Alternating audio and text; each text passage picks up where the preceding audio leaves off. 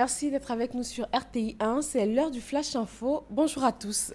Deuxième et dernier jour du sommet sur la migration à La Valette, capitale de la République de Malte. La première journée s'est achevée hier soir par un dîner de travail des chefs d'État africains et européens, dont le président ivoirien Alassane Ouattara.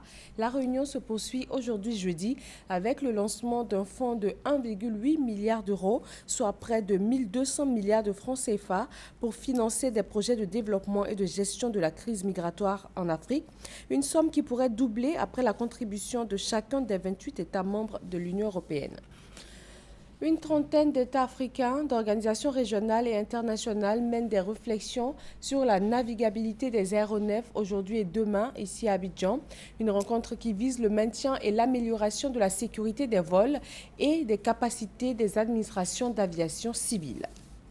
Après une grande rencontre avec les opérateurs du secteur de la salubrité urbaine, l'État ivoirien met en place un processus de levée des arriérés de 2012 à 2014. Ce sont plus de 14 milliards de francs CFA qui doivent être versés aux prestataires. Moussa Konaté. 14,2 milliards, c'est le montant total que l'État de Côte d'Ivoire a converti en titres pour l'appurement de ses dettes envers les opérateurs intervenants dans la collecte des déchets dans le district autonome d'Abidjan. À l'occasion de la rencontre organisée par le ministère de l'Environnement, de la Salubrité urbaine et du Développement durable et les ministères en charge de l'économie et des finances et du budget, il a été question d'expliquer aux responsables de ces entreprises le mécanisme de titrisation. Le directeur général du Trésor, Adama Kone, a expliqué que les titres en question sont un moyen pour l'État d'établir un certificat tiers pour matérialiser la reconnaissance de sa dette. Remettant les titres aux opérateurs, le directeur général du Trésor leur a promis un encadrement en vue de la transformation de ces titres en ressources financières. Les opérateurs de collecte des déchets ont marqué leur satisfaction. Je pense qu'il faut remercier le gouvernement pour les différents engagements. La méthodologie qui a été mise en place par rapport au paiement des opérateurs, je pense que c'est une méthodologie qui est assez souple et qui permet aux opérateurs de rentrer dans le fonds très rapidement et de réagir, d'être très réactifs sur le terrain. Pour sa part, le directeur général de la salubrité urbaine a exprimé sa reconnaissance au directeur général du Trésor pour l'effectivité du processus de titrisation et l'engagement pris afin d'apporter son appui à l'encadrement des opérateurs vis-à-vis des établissements financiers, notamment les banques. Au Burkina Faso, la commission d'enquête sur le coup d'État a déposé son rapport, des conclusions livrées en pleine période de campagne électorale.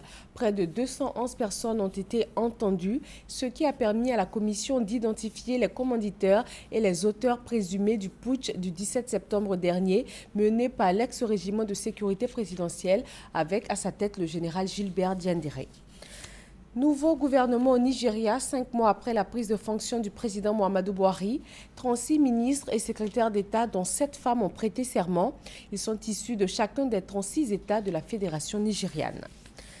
Nouvelles accusations d'agressions sexuelles commises par des casques bleus en Centrafrique. Parmi les victimes, 2 mineurs sont tombés enceintes après ces agressions, selon le responsable onusien de la MINUSCA. Parlons sport, Hervé Renard, entraîneur du club de Lille, a été limogé.